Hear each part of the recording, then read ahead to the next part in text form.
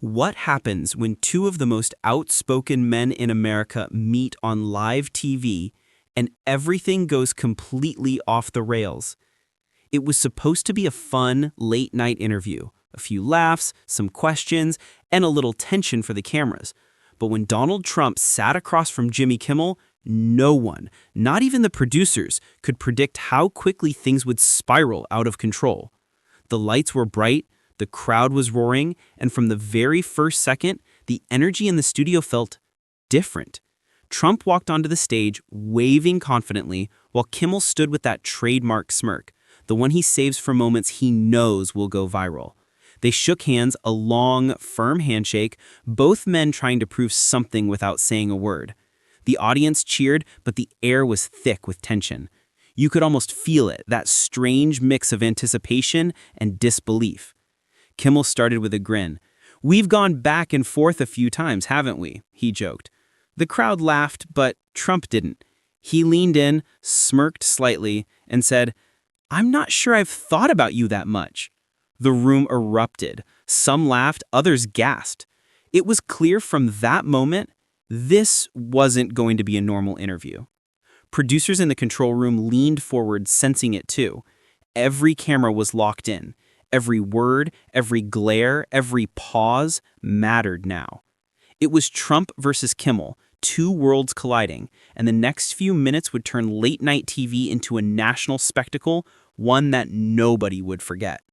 Kimmel leans back in his chair, trying to keep the tone light, but his eyes say something else. He's ready to test the waters. "Mr. Trump," he begins, half smiling, "you've called me a third-rate talk show host more than once. Should I take that as a compliment?" The audience laughs, but Trump didn't. He raises his eyebrow and shoots back, calm but sharp. "Well, Jimmy, I only call people names when they've earned it." The crowd gasps. A mix of laughter, shock, and pure electricity fills the room. Kimmel chuckles, pretending to brush it off, but his smile tightens. He leans forward, no longer hiding the edge in his voice. "So, you stand by everything you've said? No regrets?" Trump doesn't blink. "I stand by everything. I tell the truth, and that's something your show could use more of." The laughter stops. The audience doesn't know whether to cheer or boo. Kimmel's eyes narrow. "Well, some people might say your version of the truth changes depending on the audience." Trump laughs, that confident, dismissive laugh that always follows him on stage. "Jimmy, the only thing that changes is how much people can handle the truth." The room buzzes again. Some cheering, some jeering. Phones come out, lights flicker. The tension is alive. The camera cuts to the audience, half grinning, half stunned. You can feel it. The interview is no longer entertainment. It's becoming a standoff. And in that moment, everyone watching, in the studio and at home, knows something big is coming next. Kimmel adjusts his cards, pretending to move on, but the smirk on his face says something else. He's not done, not yet. "So," he begins carefully, "you talk a lot about the media being unfair to you, but isn't it true, Mr. Trump, that sometimes you create your own headlines?" The audience murmurs. A few nervous laughs ripple through the crowd. Trump leans in, eyes locked, voice steady. "I don't create headlines, Jimmy. I am the headline. The media just can't stop talking about me." The crowd reacts instantly, half cheering, half groaning. Kimmel grins, but his tone turns sharper. "Or maybe they talk about you because you say things that get people angry. You ever think of that?" Trump smirks. "They get angry because I tell it like it is. You guys spin jokes. I deal in reality." The tension is thick now. The audience doesn't know whether to laugh or hold their breath. Cameras zoom in on both faces, two men locked in a silent tug-of-war. Kimmel interrupts, pressing harder. "Reality? You've been called out for false statements more than any public figure alive. How's that for reality?" Trump's smile fades for just a second, then he fires back. "Fake numbers, fake news. You believe those fact-checkers?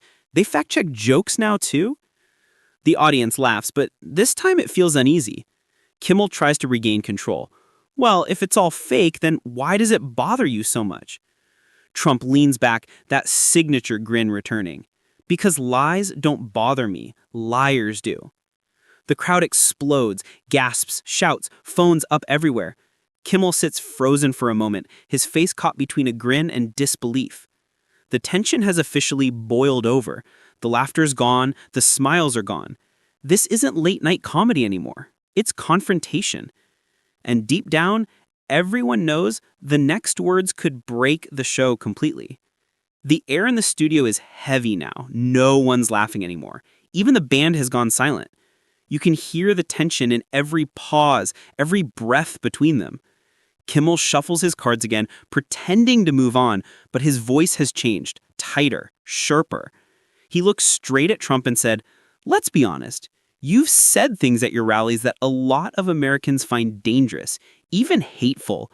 Do you ever stop and think how your words affect people?" The crowd murmurs. Trump doesn't flinch. He tilts his head slightly, almost amused. "I think my words wake people up. They're tired of politicians who lie to their faces and then smile about it." Kimmel leans forward, his tone now personal. "Wake people up or turn them against each other? You call that leadership?" Trump raises his hand, cutting him off mid-sentence.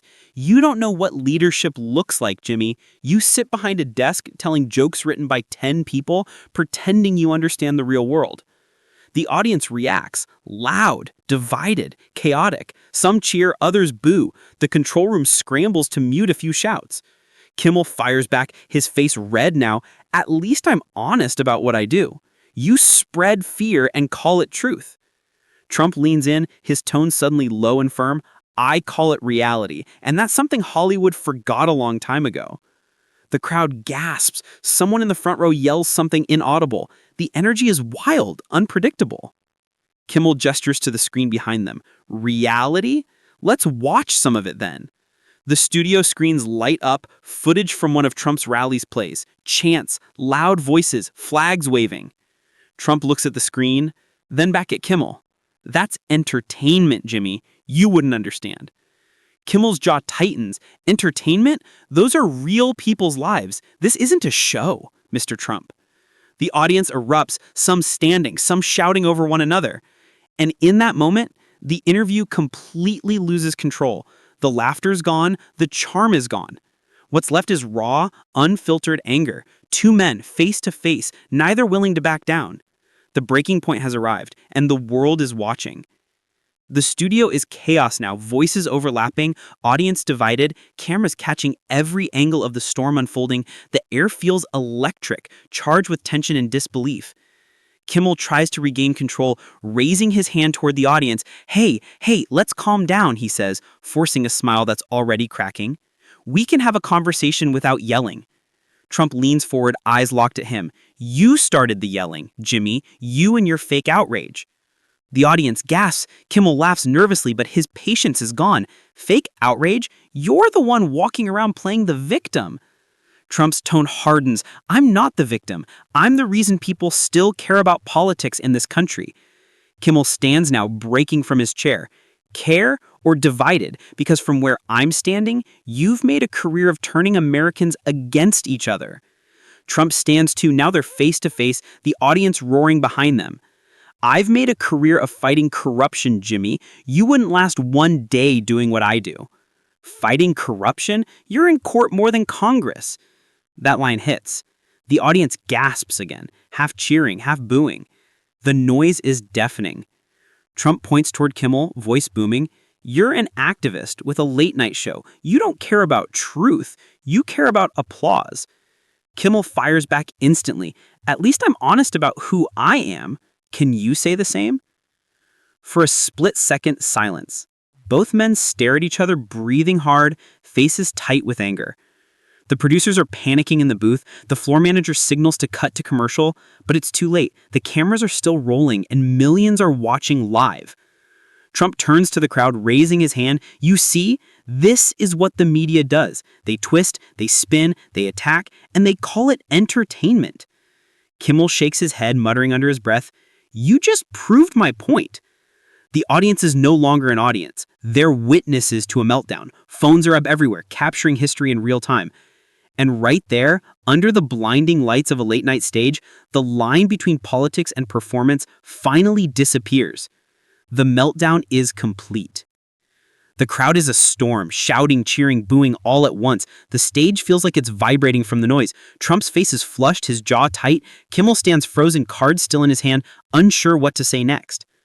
Trump points toward the cameras. You see? This is what the media does. They twist, they spin, they attack, and they call it entertainment. Kimmel tries to interject. No one's dividing anyone, but Trump cuts him off. Oh, stop it, Jimmy. You've mocked me for years, and now you want to act like you care? Please. The audience erupts again, half booing, half cheering. Security edges closer to the stage just in case. Kimmel steps forward, tone rising. You walked in here knowing exactly what you were doing, trying to make this about you. Trump shakes his head. No, Jimmy, you made it about me. You always do. Then it happens.